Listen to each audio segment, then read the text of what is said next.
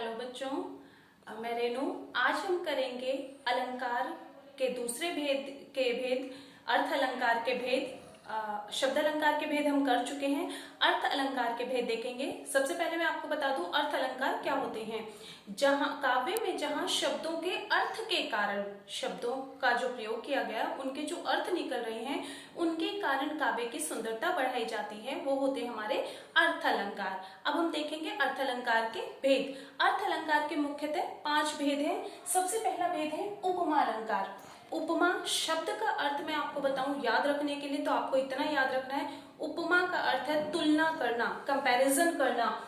जब किसी भी वस्तु या व्यक्ति, किसी भी सामान्य वस्तु या व्यक्ति की तुलना किसी विशेष, किसी प्रसिद्ध वस्तु या व्यक्ति से की जाए कि कोई बहुत ज्यादा सुंदर है, कोई बहुत ज्यादा कोमल है, तो हम उसकी इस गुण की विशेष तुलना किसी प्रसिद्ध वस्तु या व्यक्ति से करें तो वो हमारा उपमा अलंकार होता है। जब किसी व्यक्ति वस्तु की तुलना अत्यंत समानता के कारण, कि उसकी कोमलता के कारण, उसकी शीतलता के कारण, उसकी सुंदरता के कारण किसी प्रसिद्ध वस्तु या व्यक्ति से की जाए तो वो हमारा उपमा अलंकार होता है। जैसे मैं कहूं सीता का मुख चंद्रमा के समान सुंदर है। उपमा अलंकार जो है उसके हम 4 अंग देखते हैं। उपमा अलंकार के 4 अंग होते हैं, उपमेय, उपमान, वाचक और साधारण धर्म। उपमेय कहते हैं जिसकी तुलना की जाती है, जिस वस्तु या व्यक्ति की तुलना की जाती है, जिसकी समानता की जाती है, वो होता है हमारा उपमेय। और जिससे की जाती है वो होता है हमारा उपमान। और जिस शब्द का हम प्रयोग करते हैं वो होता है हमारा वाचक, कि जिससे हम ये बताएं कि उसके समान है, उसके जैसा है, तो वो जो शब्द हम प्रयोग करते हैं वो होता है हमारा वाचक शब्द। और उसकी विशेषता के लिए हम जिसका प्रयोग करते हैं वो होता है हमारा साधारण धर्म। जैसे देखिए सीता का मुख चंद्रमा के समान सुंदर है, तो यहाँ सीता के मुख की तुलना की जा रही है, तो सीता का मुख हुआ हमारा उपमेय। और उसकी तुलना किससे की जा रही है? चंद्रमा से, तो चंद्रमा है हमारा उपमान। और उसके लिए जिस शब्द का प्रयोग हुआ है वो है हमारा समान, तो समान शब्द जो है हमारा वो हुआ वाचक शब्द। और सुंदर, उसकी सुंदरता का वर्णन किया गया, तो सुंदर हमें है उसका साधारण धर्म। इसकी पहचान के लिए हमें हमेशा याद रखना है, काव्य में हमेशा ही जहां पर ये होगा अधिकांशतः ये सारे इन वाचक शब्दों का प्रयोग होगा। सा, से, सी, सम, सदृश, सरिस, समान, ज्यों, इन शब्दों का जहां पर प्रयोग होगा काव्य में वहां हमारा उपमा अलंकार होता है। जैसे मैं कहूं पीपल पात सरिस मन डोला, पीपल के पत्ते के जैसे, सरिस जैसा, पीपल के पत्ते की तरह मन का डोलना, चंचल होना। तो यहाँ मन की चंचलता का कंपैरिजन किया जा रहा है, उसकी तुलना की जा रही है पीपल के पत्ते से। दूसरा हम देखते हैं रूपक अलंकार। यहाँ उपमा अलंकार का मैंने एक और भेद लिखा है, हरिपद कोमल कमल से। हरिपद, हरि ईश्वर के, पद चरण, हरि के पद की, हरि के चरणों की तुलना की जा रही है कमल से, और किस कारण? कोमलता के कारण। तो हरिपद हमारे क्या हुए? उपमेय, और कमल हुआ हमारा उपमान, कोमल हुआ हमारा वाचक शब्द, से हुआ हमारा वाचक शब्द, और कोमल हुआ हमारा साधारण धर्म। अब हम देखते हैं रूपक अलंकार। रूपक अलंकार याद रखने के लिए आप रख सकते हैं कि रूपक मतलब रूप दे देना। यहाँ पर भी हम इन हमेशा कई बार बच्चे कंफ्यूज हो जाते हैं उपमा, रूपक और उत्प्रेक्ष अलंकार में। तो हम इन तीनों अलंकार में हमें जो चीजें ध्यान रखनी है वो हम ध्यान से देखेंगे कि उपमा में हम सिर्फ तुलना करते हैं और रूपक में हम रूप दे देते हैं, हम उसी का रूप वो मान लेते हैं कि हाँ वो उसी का रूप है। जब गुण की अत्यधिक समानता के कारण, यहाँ पर हम उसके गुणों की, जैसे हम हरि के पद की कोमलता उसके गुण थे, तो उसके गुण के कारण हम उसे कमल से तुलना कर रहे थे।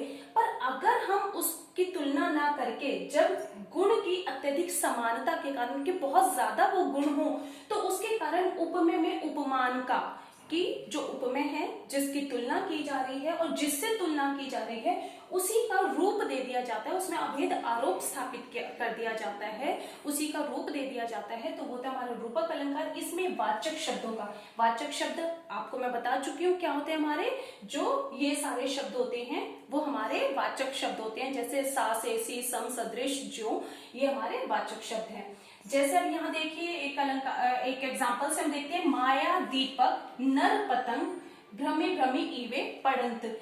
माया को दीपक को माया का रूप दे दिया गया है।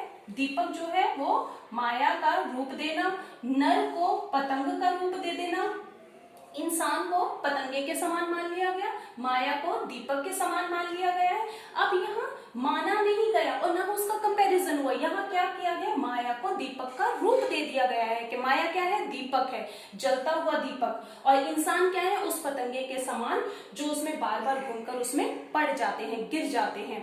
तो यहाँ पर उसका रूप दे दिया गया है। तो इस चीज को हम हमेशा ध्यान रखेंगे जहां पर रूप दे दिया जाता है। उसके बाद हम देखते हैं उत्प्रेक्षा अलंकार। उत्प्रेक्षा तो यहाँ हम याद रखने के लिए कह सकते हैं मानना। तो जैसे उपमेय और उपमान की गुण धर्म की समानता के कारण कि उनमें उनकी जो क्वालिटीज हैं वो एक जैसी हैं, उनकी उन विशेषताओं के कारण, उस समानता के कारण समान होने की, एक जैसा होने की संभावना की जाती है, उसको माना जाता है, संभावना की जाती है। इस चीज को आप हमेशा याद रखेंगे कि वहां पर हम तुलना कर रहे थे, यहाँ हम रूप दे रहे थे, और यहाँ पर हम सिर्फ संभावना कर रहे हैं। उपमेय को उपमान जैसा माना जाता है, उसका रूप नहीं दिया जाता, उसकी तुलना नहीं की जाती। जैसे, और इसकी पहचान के लिए हमेशा ये शब्द हमारे पास उस काव्य में मिलते हैं, मानो, मनु, जानो, जनु, मनहु, जुनहु, ज्यो। जैसे देखिए मैंने एक एग्जाम्पल लिखा, सिर फट गया उसका वही मानो अरुण का घड़ा। तो यहाँ पर सिर फटने के कारण उसका जो लाल रंग है उसको माना गया है कि वो कैसा लग रहा था कि मानो अरुण का, अरुण जो सूर्य होता है और सूर्य का लाल रंग है वो, उससे माना गया है। तो यहाँ मानो शब्द का प्रयोग किया गया, तो ये हमारा वाचक शब्द है। जैसे एक एग्जाम्पल हम देखते हैं, उस काल मारे क्रोध के तन कांपने उसका लगा, मानो हवा के वेग से सोता हुआ सागर जगा। कि उस समय क्रोध के कारण उनका तन ऐसे कांपने लगा कि मानना है, यहाँ पर भी क्या संभावना की जा रही है कि जैसे माना जा रहा है कि जैसे सोते हुए समुद्र को जगा दिया गया हो। उसके बाद हम देखते हैं अतिशयोक्ति अलंकार। अतिशयोक्ति, अति बहुत ज्यादा, शयोक्ति बढ़ाना। जब हम किसी भी बात को बहुत ज्यादा बढ़ा चढ़ाकर कह दें, इतना बढ़ा चढ़ाकर हम कह दें कि वो सामान्य परिस्थितियों में जहां होना उसका संभव ही ना हो, वो होता है हमारा अतिशयोक्ति अलंकार। जैसे एक एग्जांपल से हम देखते हैं, आगे नदियां पड़ी अपार, घोड़ा कैसे उतरे पार। राणा ने सोचा इस पार, तब तक घोड़ा था उस पार। कि आगे बहुत बड़ी नदी पड़ी है पार करने के लिए, कि घोड़ा कैसे दूसरी तरफ पहुंचेगा, और जब तक महाराणा प्रताप ने सोचा इस तरफ, तब तक घोड़ा उस पार पहुंच भी गया था। सामान्य परिस्थितियों में ऐसा होना असंभव है कि घोड़ा सोचने से पहले ही दूसरी तरफ पहुंच जाए, इतनी तेज रफ्तार उसकी नहीं हो सकती। पर यहाँ पर माना गया है और चीजों को बढ़ा चढ़ाकर बताया गया, तो ये हमारा अतिशयोक्ति अलंकार होगा। जैसे हनुमान की पूंछ में लगन न पाई आग, लंका सगरे जल गई, गए निशाचर भाग। कि हनुमान की पूंछ में भी आग लगी भी नहीं थी कि पूरी लंका भी जल गई और सारे निशाचर भी भाग गए। ऐसा होना संभव नहीं है, क्योंकि पहले आग लगेगी और धीरे धीरे आग फैलेगी। पर यहाँ पर क्या कहा गया है, बात को बहुत ज्यादा बढ़ा चढ़ाकर बताया गया, तो वो होगा हमारा अतिशयोक्ति अलंकार। इसका नेक्स्ट देखते हैं, पांचवा भेद मानवीकरण अलंकार। मानवीय मतलब मनुष्य की जो क्रियाएं होती हैं, मनुष्य की क्रियाएं क्या होती हैं, क्रियाएं हम सभी जानते हैं, जैसे हंसना, बोलना, खाना पीना, चलना, आना जाना, ये सारी हमारी क्रियाएं होती हैं। मनुष्य की जो क्रियाएं होती हैं उनका आरोप किया जाता है जड़ पदार्थों पर, प्रकृति पर, अधिकांशतः प्रकृति पर या जड़ पदार्थों पर भी किया जाता है। तो जहां पर जड़ पदार्थों पर मानवीय भावनाओं का आरोप किया जाता है, प्रकृति को मानवीय क्रियाओं से जोड़ा जाता है। जैसे हंसना मानवीय क्रिया है, मनुष्य हंसते हैं, फूल पौधे हंसते नहीं हैं। पर हम कई बार ये कहते हैं फूल हंसे कलियां मुस्काई, तो फूलों का जो हंसना है, हंसना मानवीय क्रिया है, पर अगर यहाँ फूल के लिए कहा जाए तो वो हमारा मानवीयकरण अलंकार होगा। इस सोते संसार बीच जगकर सजकर रजनी चले। जब पूरा संसार सो रहा है, रजनी रात्रि, निशा रात का जो समय है, और रात जो है वो कभी जगती नहीं, सजती नहीं। जगना, सजना, सोना, सवरना, ये सारी मानवीय क्रियाएं हैं, मनुष्य की क्रियाएं हैं। पर रात्रि को दिखाया गया कि रात्रि जो है वो जागी है, फिर सजी है, तो जगकर सजकर रजनी चले। यहाँ पर ये क्या हुआ, हमारी मानवीय क्रियाओं को किस पर आरोपित किया गया, रजनी पर, प्रकृति पर। तो ये हुआ हमारा मानवीयकरण अलंकार। एक बार हम रिवाइज करते हैं सारे अलंकार। उपमा अलंकार, रूपक और उत्प्रेक्षा में हम हमेशा ध्यान रखेंगे, उपमा में सिर्फ तुलना की जाती है किसी भी सामान्य वस्तु या व्यक्ति की किसी विशिष्ट वस्तु या व्यक्ति से, और रूपक अलंकार में उसको सामान्य वस्तु और व्यक्ति को गुणों की समानता के कारण, कि बहुत ज्यादा बिल्कुल उसी की तरह उसके गुण थे, विशेषताएं थी, इस कारण उसका रूप उसको दे दिया गया है। और उत्प्रेक्षा में सिर्फ उसके गुण धर्म की समानता के कारण उसका संभावना की जाती है कि वो उसके जैसा, मानने के लिए कहा जाता है कि मानो वो उस जैसा है। तो यहाँ पर इन तीनों में हमें ये चीज ध्यान रखनी है, यहाँ पर तुलना, यहाँ पर रूप देना, और यहाँ पर सिर्फ संभावना व्यक्त होना। अतिशयोक्ति, बातों को बढ़ा चढ़ा कर कहना। मानवीयकरण, मनुष्य की क्रियाओं को प्रकृति से जोड़ना।